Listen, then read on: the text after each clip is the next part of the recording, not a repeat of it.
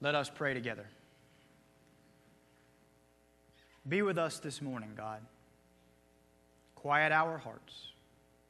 May our spirits be still, that we might hear from you. Amen. There's a remarkable scene in Acts chapter 10 where Simon Peter, a proud Israelite, a devout follower of the Jewish law, suddenly hears the voice of God saying to him, "What I have made clean, Peter, never call profane." Then moments later, he receives an invitation to come to the home of a man named Cornelius, a Gentile. And whereas 5 minutes earlier, Peter would have under no circumstance accepted this invitation, Gentiles being unclean according to Jewish law, now, on account of his vision, he feels he must go, even though it makes him wildly uncomfortable to do so. And so Peter arrives at Cornelius' house, and he makes it immediately clear just how radical an act it is that he's even there. "You know it is unlawful for a Jew like me to associate with a Gentile like you," he says. A fact which Cornelius readily acknowledges, but then proceeds to explain to Peter how he himself has just received a vision from Peter's God. And so Peter listens to him, listens to Cornelius explain to him this vision, and then finally, satisfied, Peter says to Cornelius this: "I now understand that God shows no partiality, and that all who do what is right are acceptable unto him." I can't tell you what a profound breakthrough this was in human history, let alone in Jewish and Christian faith. For up until this moment, the prevailing human paradigm had always been to divide the world into groups of us versus them. And thus, it was with an us versus them perspective that Peter arrived that day. However, the crux of the story is that Peter left that day, and to no one's surprise more than his own, with a radically different perspective. Peter left that day with a perspective of us in this together. Now, I mentioned this story about Peter this morning because before we get into the story of Joshua and before we get into the story of Jericho, we do well first to momentarily shine light on this new perspective of Peter's, if for no other reason than to contrast it with his old. Because you see, his old perspective, which is to say the age-old perspective, the perspective of us versus them. It is this perspective that the story of Joshua and Jericho is really about. Now, let's together unpack what I mean by that. Go with me all the way back to Exodus chapter 1. Go with me back 400 years before the time of Joshua. In fact, go with me back all the way to the very last paragraph of Genesis, back to where we see Joseph's family thriving in Egypt. That's how the book of Genesis ends. But then when we open the book of Exodus, which picks up the same story only generations later, here when we open the book of Exodus, the first chapter begins by saying this, and I quote, "Now a new king arose over Egypt who did not know Joseph." That is to say, did not know how Joseph and his people had been helpful to Egypt, not harmful. And so therefore, the text continues, the new king said to the Egyptians, "Look, these Israelites are more numerous than us. So come, let us deal shrewdly with them, or else they will increase and fight against us." Do you hear the language? It's very pointed. It's very clear. There's an us, and there's a them. And there's no in between. Well, in this particular case, as we all know, the us in question, Egypt, infamously goes on to subject the them in question, Israel, to 400 years of forced labor, to 400 years of brutality and oppression. Until finally, in Exodus chapter 3, when God appears to Moses and says, and again I quote, "I have observed the misery of my people. I have heard their cry on account of their oppressors. I know their sufferings. Therefore, I will deliver them out of it." That's Exodus chapter 3. And with that, the biblical story is off, by which I mean to say that the only reason we have a book of Joshua, in fact, the only reason we even have the Bible, is because this moment in Exodus chapter 3 happened. Our entire faith today rests on God having named oppression evil on that day, and further on God having sanctioned Israel's flight from it. That's the inciting incident of the entire biblical narrative. It's the whole reason it's propelled forward. And so now, when the book of Joshua picks up, it picks up at the tail end of Israel's flight from Egypt. For here at the beginning of Joshua, some 40 years having now passed since Moses led the Israelites out of Egypt, now Moses has died. And now Joshua, their new leader, has just begun leading them in to Canaan. And now as they arrive, some 40 years removed from being oppressed themselves, some 40 years removed from having been subdued on someone else's land, now, 40 years later, these same Israelites have their eyes set on oppressing and subduing someone else. Now, it bears mentioning at this point that Jericho has done nothing to provoke Israel. It bears mentioning at this point that Israel has no past history whatsoever with Jericho. And thus it bears mentioning right now that Israel has no reason to be plotting war with Jericho other than their own selfish desire to claim Jericho's land for themselves. Which unfortunately means that if we read this story with even a shred of objectivity, with even a modicum of intellectual integrity, we're forced to suddenly shiver at its implication. For here are our people. That is, here are the people in the story whom we're supposed to be cheering for. Here are the people on whose side we're supposed to be on because they're the underdog. Here are our people, the formerly oppressed, now devising a plan to go and do unto others what others have long been doing unto them, except not in a good way. Follow? And so immediately we ask, how? How could Israel be blind to such utter hypocrisy? How could Israel be freshly liberated from tyranny only to now go and try to impose undue tyranny on someone else? The unwelcome answer is that though they certainly didn't like being tyrannized themselves, and though they certainly liked now being free, nonetheless, still they saw the world through a lens of us versus them. Freed from Egypt though they now were, still, the world was for them a zero-sum game, a winner-take-all arena.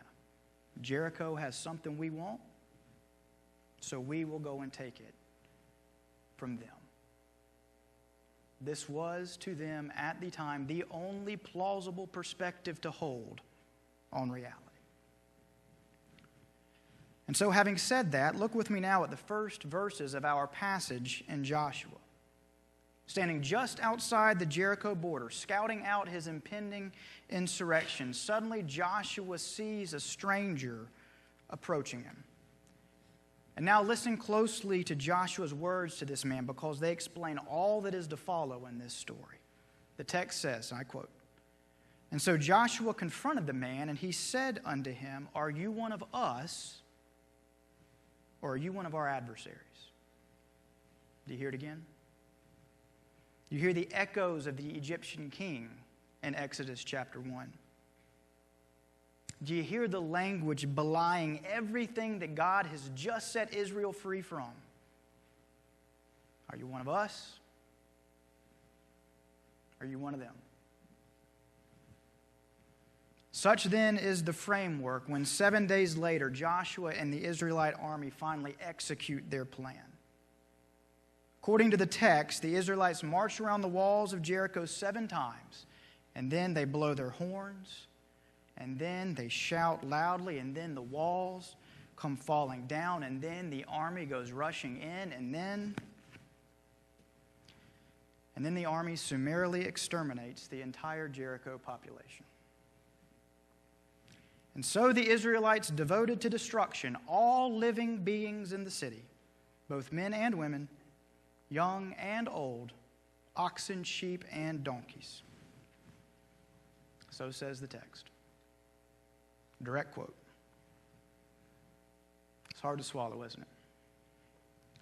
For here are the same people who have just been sprung free from undue tyranny, now going and imposing undue tyranny on another. And if only this were a unique moment in biblical history. If only this were an outlier. If only this were one peculiar instance of supposed divine sanctioned barbarity. But alas, it's not. For in the 300 years that followed this event, Israel went and did likewise to the Arameans under Othniel, and then the Moabites under Ehud, and then the Canaanites under Deborah, and then the Midianites under Gideon, and then the Ammonites under Jephthah, and then the Shechemites under Abimelech, and then the Edomites under David, and on and on and on. And in all of these conquests, upon winning, the Israelites each time cheered, and they gave glory to God. But then in the late 8th century BCE, that winning streak came to an end. For in 722 BCE, the northern part of Israel was conquered by Assyria, and untold masses of Israelites were slaughtered and scattered. And then after that sometime, the southern part of Israel was conquered by Babylon, and masses of Israelites were again slaughtered, while even greater masses this time were paraded as slaves over to Babylon. And upon each of these instances, rather than think, well, perhaps we might have had this coming, given all that we've been doing to others. Instead, each time Israel called out to God, asking, how could this happen? How could you let them do this to us? And just as a quick aside, if you want just a short taste of this, go and read the Old Testament book of Obadiah, which is nothing more than a 1-chapter rant on how Edom, who gave aid to Babylon in its conquest, on how Edom will not get away with doing to Israel precisely what Israel has just done to Edom not long before. It's fascinating. I encourage you to read it. The point of all of this being, there is a long history of conflict born of the us versus them perspective on reality. And lest I give the impression that this is somehow exclusively an ancient problem, or that this is somehow a distinctly Jewish or pagan problem, let us do our due diligence and look at some of the us versus them atrocities we ourselves as Christians have to answer for it's only fair. And to begin with, there's obviously the Crusades, the church-sponsored genocide that killed over 1 million non-Christians. And then shortly following that, there's the Albigensian Crusade, where anyone suspected of having a non-Trinitarian understanding of the Godhead was put to death. 200,000 were killed in that expedition. And then there's the Spanish Inquisition, where Christians put to death some 350,000 suspected non-Christians. And then there's the Protestant Reformation and its aftermath, where countless Protestants were executed by Catholics, followed shortly afterward by the execution of countless Anabaptists by Protestants, all leading up to the coup d'etat, the crown jewel of all petty religious us versus them fighting. The European wars of religion, where over the course of a century and a half, Protestants fought Catholics and Christians fought Muslims and popes fought kings, and finally, by the time it was all over, 5.75 million people had been killed, and economies were flagging all across Europe, and kings and clerics alike were finally beginning to think this has got to stop. And so it was that not long after that, the Christian philosopher John Locke wrote an essay that would later be considered the first step toward what we today call liberal democracy. It was an essay born out of the exhaustion of hundreds of years of fighting and out of the devastation wrought by the us versus them perspective on reality. It was an essay called A Letter Concerning Toleration. And here's how that famous essay begins, and I quote, "I must say that I esteem toleration to be the chief characteristic mark of the true church. Much is done in the name of religion that is much more the mark of men striving for power and empire than it is the mark of Jesus Christ. For if one be destitute of charity, meekness, and goodwill towards all mankind, even to those that are not Christians, he is certainly still short of being a true Christian himself." That was 1689. And as I say, that philosophical seed, that seed along with many others like it soon to follow, that philosophical seed eventually flowered into the grand project we today know as liberal democracy, as political and religious pluralism, as living as if we are all in this together, and not as if we must be necessarily at odds with them. We can't overemphasize how different this way of approaching reality was. For it was an entirely different and entirely counterintuitive way of viewing the world. Yet against all odds, it took hold.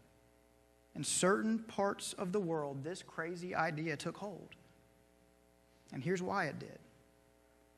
Because it finally exposed the folly and the childishness and the abject danger of the us versus them perspective on reality. And because it finally named that which is otherwise so blatantly obvious, which is that as human beings, this us versus them thing literally kills us. Pick up any newspaper today, and it will be made immediately clear that we need a new John Locke. Turn on any news channel. Tune into any talk radio station. Open up any social media page. And then tell me we don't need a new John Locke. And tell me we don't need a fresh revival of his ideas. Because it takes no great insight to see that the us versus them approach to reality is yet again rearing its ugly head. Tribalism and sectarianism are increasingly on the rise, and the age-old impulse to cling to our group and despise theirs is yet again taking hold. And not just in third world countries or in non-democratic republics where these things tend to flare up often, but now even here in the West, now even here in America. Christians are suddenly suspicious of non-Christians. Conservative Christians are suddenly suspicious of liberal Christians, and liberal Christians are happy to return the favor. Democrats are suspicious of Republicans. Republicans are suspicious of Democrats. Blacks are suspicious of whites. Whites are suspicious of blacks. Americans are suspicious of immigrants. The rest of the world is suspicious of America. Everyone's talking loudly. No one's listening to what the other is saying. Everyone's pointing fingers. But no one's taking any blame for themselves. It's beginning to feel a little like 17th century Europe, or for that matter, a little like ancient Cana. And it's got to stop. Somehow, in some way, it has to stop. Because as humanity, we have been down this road too many times before. And because we have, it therefore takes no great genius to see where it will all ultimately lead again. And so in this scary, unstable, reactionary time, we as Christians have a choice. We can either re-adopt an us versus them perspective, or we can, against the current, further embrace the we're all in this together perspective. And make no mistake, in our Holy Scriptures, we have the resources to inspire the one or the other. Which is to say, we can read stories like the Battle of Jericho, and we can choose to take from it divine license to pursue our own selfish ends, whatever those might be. Or we can choose to read stories like Peter's epiphany at Cornelius' house, and we can choose to take from it the inspiration necessary to embrace even those who are different from us. Our Scriptures are full of stories that will readily conform themselves to whichever of these perspectives we decide we want to hold on reality. So therefore, in the end, the choice is ours. The great beauty of the way God designed the world is that the future lies open before us. And that in this ever malleable world, we have been given the agency to mold tomorrow. And thus the question becomes, do we hunker down in our own tribal camps, clinging to our comfortable narratives of us versus them, whoever us is and whoever they are?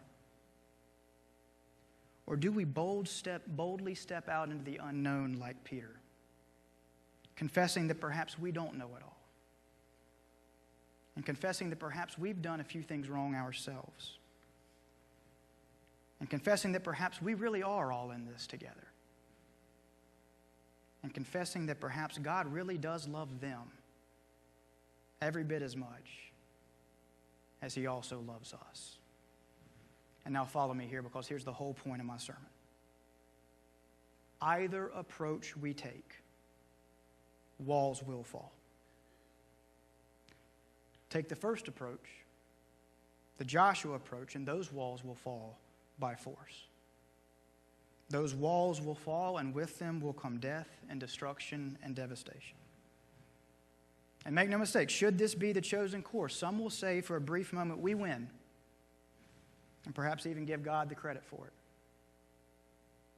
But in the end, all will lose, and none more so than the God who created us all and loves us each the same. So that's one approach. That's the first approach. Take the other approach, the second approach, the Peter approach, and those walls will likewise fall. But this time, those walls will fall by choice.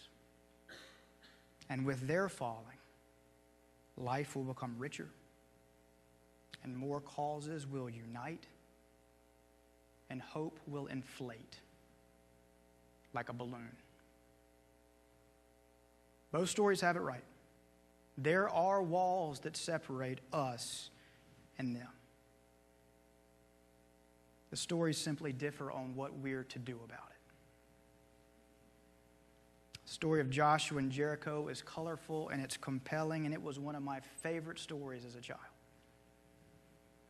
But now as an adult, as someone who strives daily to put away childish things, now sign me up for the Peter approach.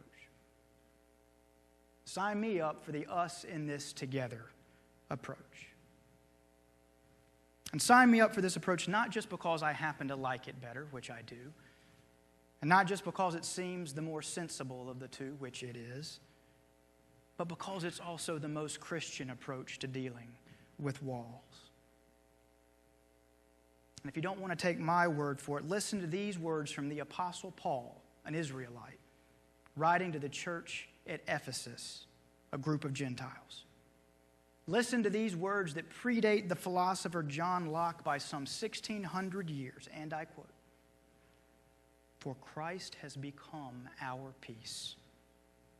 In his flesh he has made both groups, both you and us, into one, and thereby he has broken down the dividing wall." In this time of heightened fear and suspicion, in this time of gathering tribalism and sectarianism, in this time when the us versus them view of reality is yet again taking hold, and in this time when walls seek to separate us in ways we haven't been separated in a great long while, in this volatile time, instead of listening to voices of division, instead of cloistering ourselves in echo chambers of fear and resentment, instead of suspecting that anyone who is not us is therefore out to get us, in this volatile time, let us instead listen to the words of Paul. And let us instead draw our inspiration from the Apostle Peter. And let us instead follow the way of Christ. And therefore let us encircle them with our love and our embrace. And let us encircle them not just 7 times, like Joshua and his army, but let us encircle them 7 times, 70 times, like Jesus and his disciples. In this volatile time, let us do that to them. And then let us watch those walls come falling down. Amen.